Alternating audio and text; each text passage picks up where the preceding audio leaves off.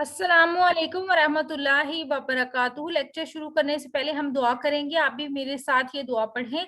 रब्बे ज़िदनी इल्मा, रब्बे ज़िदनी इल्मा, रब्बे ज़िदनी इल्मा। ऐ अल्लाह मेरे इल्म में इजाफा फरमा। हम पढ़े हैं सबक नंबर 1 हमद, और शायर हैं इसके गनी देहलवी। और उर्दू की क्लास पंजम की जो नई किताब है वो हम पढ़े हैं। अशार की तशरीह हम कर रहे हैं, और बंद नंबर 3 हम पढ़ेंगे और इसकी साथ में तशरीह भी करेंगे। अगर हमारी वीडियोस पसंद आ रही हैं तो हमारे चैनल को सब्सक्राइब करके वीडियोस को लाइक और शेयर करें। और अशार की तशरीह हम शुरू करते हैं।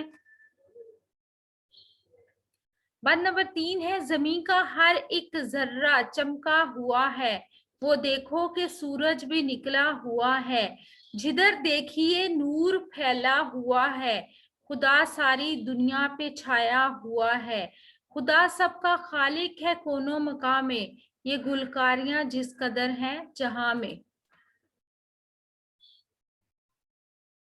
नज़म का नाम है हमद, शायर का नाम है गनी देहलवी। तशरीह, ये बंद नज़म हमद से लिया गया है, और हमद ऐसी नज़म को कहते हैं जिसमें अल्लाह ताला की तारीफ बयान की जाती है। नज़म के आखिरी बंद में शायर अल्लाह की नेमतों का जिक्र करते हुए कहता है कि अल्लाह ने इस दुनिया को रोशन करने के लिए सूरज बनाया, जो कि दिन के वक्त इस दुनिया के जर्रे जर्रे को रोशन और चमकदार बना देता है। इससे हम हरारत और गर्मी भी हासिल करते हैं, और जो कि जानदारों की जिंदा रहने के लिए बहुत जरूरी होती है। और अल्लाह ताला ने इस कायनात में बेशुमार नेमतें पैदा करके इसको बहुत खूबसूरत और दिलकश बना दिया है। इसकी तख्लीक करदा हर चीज से इसके होने का सबूत मिलता है।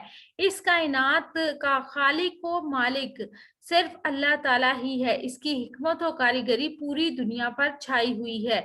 हमें अल्लाह ताला की हम्दो सना करके इसकी दी हुई नेमतों का शुक्र अदा करना चाहिए।